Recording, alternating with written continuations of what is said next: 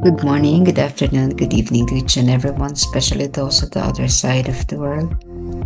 There is no time and space between us, there is only this present moment, and do your one. On diary entry number 1248, I experience a desire to make reparation to the Lord Jesus in a way which corresponds to the offense. Today I wore a chain belt for 7 hours in order to obtain the grace of repentance for that soul. In the seventh hour, I felt relief as the soul experienced interiorly the remission of its sin. Although it had not yet gone to confession. For sins of the flesh, I mortify the body and fast to the degree that I am permitted. For sins of pride, I pray with my forehead touching the floor. For sins of hatred, I pray and do some good deed for a person whom I find difficult. And thus I make amends according to the nature of the sin of which I am aware. Nararanasan ko ang pagnanais na makapagbayad puri sa Panginoong Hesus sa paraang tumutugma sa pagkakasala. Ngayon ay nagsuot ako ng sinturong kadena sa loob ng 7 oras upang matamo ang biyaya ng pagsisisi para sa kaluluwang iyon. Sa 7 oras ay nakadama ako ng kaginhawaan habang ang kaluluwa ay nakaranas ng panloob na kapatawaran sa kanyang kasalanan kahit na hindi pa ito nakapangungumpisan. Para sa mga kasalanan ng laman, pinasasakitan ko ang katawan at nag-aayuno sa antas na ako'y pinahihintulutan. Para sa mga kasalanan ng pagmamataas, nagdarasal ako na nakadikit sa sahig ang aking noo. Para sa mga kasalanan ng poot, nagdarasal ako at gumagawa ng ilang mabuting gawa para sa isang taong nahihirapan ako.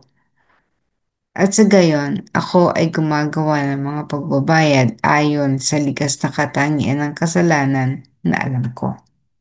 This is mortification. She would hurt herself to make amends for a certain soul or to her soul. Iaalay niya yung mga sakit na mararanasan niya. This is intended pain, inflicted pain.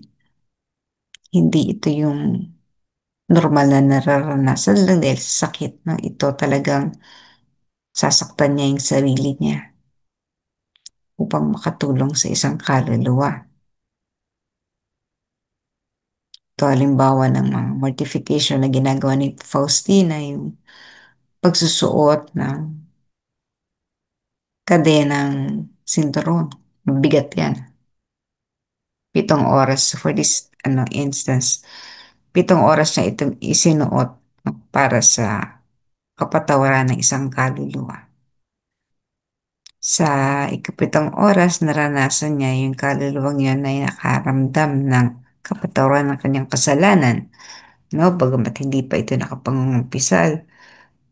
So, mayroong tinatawag na external intervention, outside force. The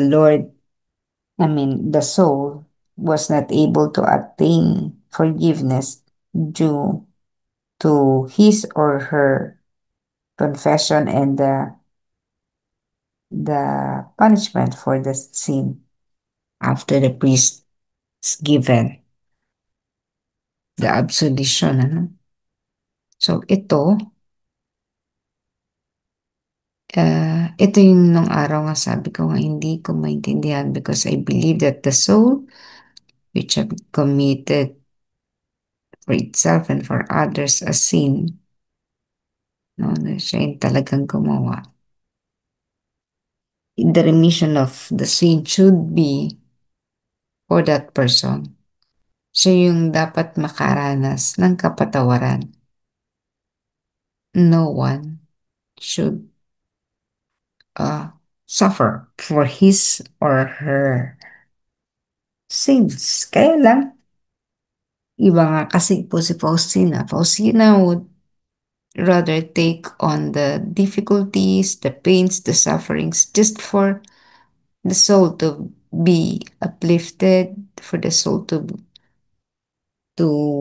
triumphantly pass the final test in its life. So yung kay Faustina, para ito sa kaluluwa.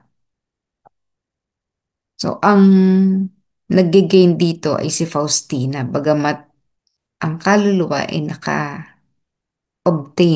ng kapatawaran, mas malaki ang benefit, mas malaki ang kumbaga pabuya kay Faustina because of her sufferings, intended sufferings. Imagine mo, no? Iba-iba pa. Sa bawat kasalanan na nakikita niya, iba-iba yung pamamaraan niya ng mortification. Halimbawa, sin of the flesh, no? Halimbawa, ah, karelasyon. Ay bawal sa kanila yan.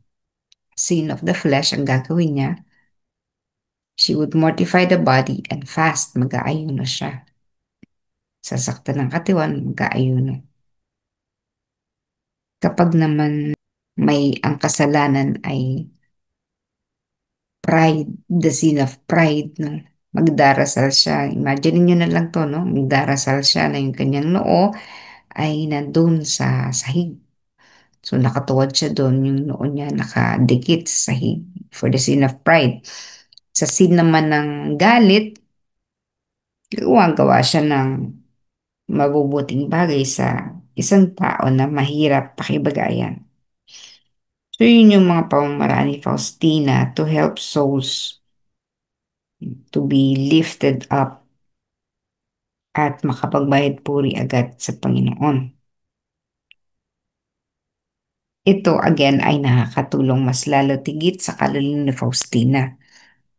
Malit lang naman yan yung nakaligtas ang isang kaluluwa sa kapatawa, sa kasalanan, no? Sa parusa, no? Tulad ng kanyang pagkakasala.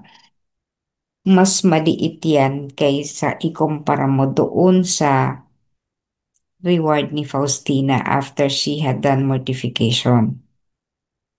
I think dahil ginagawa pa ito ni Faustina, no? May mga times na tinitignan ko naman na, hindi ba sinabi na ni Jesus, hindi mahalaga sa kanya yan, mahalaga sa kanya ay ang obedience sa pagsunod. So may mga times pa rin na medyo ginagawa pa rin ni Faustina yung gusto niya. Kasi nga sinabi na siya na mas mahalaga yung obedience rather than mortification. But then again, on her part, sa bahagi ni Faustina, bagamat nakakatulong siya sa isang kaluluwa, mas malaki yung merit niya dahil sa pag-ako, no, sa mga kasalanan ng iba. Kasi nga, yung kaluluwa was not able to learn the lesson. Nagkaroon siya ng kapatawaran agad. So definitely, mangyayari pa rin naman sa kanya, no? Kasi pag nagkamali siya because the soul did not learn the lesson in life. So yung katawang lupa nito ay makakaranas uli. Halimbawa, no, kasi nga hindi naman natutunan ng lesson, magkakasala muli at hindi makakaligtas sa kasalanan. Hindi naman kasi pwedeng lagit-lagi pag nagkasala tayo, sasagutin ng Panginoong Hesus o sasagutin ni Faustina. Tayo binibigyan lamang ng parang pagkakataon na makapagbagong buhay. Pero pag sinayang natin yun, nagkamali ulit tayo, then we will have the punishment for us to be taught the lesson.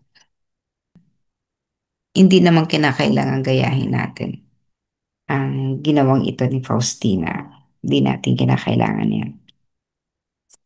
Pag fasting, yun, pag-aayuno, pwede natin gawin. Pero yung to inflict pain on our physical body, I would suggest na huwag gawin ito. Let us, hindi ko sinasabing mali si Faustina, Kanya yun eh, no? Kanyang kagustuhan yun. No? Pero kayo, tayo, let's pray for the soul na lang. No? Ba, makita mong isang kaluluwa ay nagkakasala talaga. Ipagdasal na lang na natin.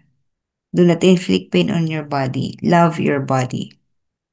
No, kung magkakaroon man ito ng pasakit, let that be in a natural way. O baga, dumating talaga dahil kailangan mong magbayad sa mga kasalanan mo. Kaya, you have the pain. And again, kagaya ng sasabi rin ni Faustina, unite your pain and sufferings to the sufferings of Jesus on the crucified Jesus in the cross. No? Ipagkaisa mo yung mga paghihirap mo so that in that way, you are gaining purification. Ikaw ay nakapag-purify sa pamamagitan ng mga pasakit.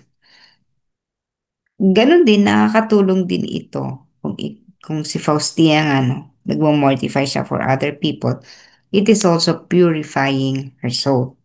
Okay, sa atin naman, let us not uh, hurt ourselves, but then allow everything to go naturally. Kung may mga pasakit, sakit, no? Yan, gumaling ito naturally. Do not inflict further pain for the body.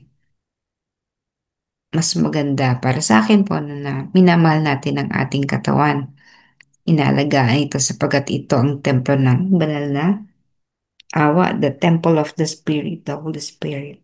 Kaya kailangan din natin itong alagaan.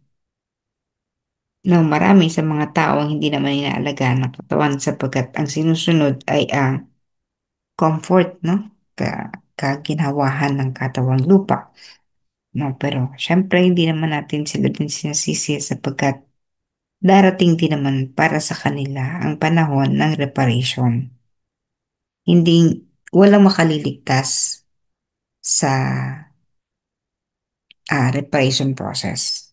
Sapagkat ang Diyos na nagmamahal sa atin, hindi tayo hahayaan na malagmok sa habang buhay na o tinatawag na eternal damnation. Hindi niya tayo hayaan mapunta doon sapagkat kaya nga tayo nilikha, no? Ninanais ng Diyos to, kanyang pagmamahal na tayo makabalik sa pagmamahal na ito.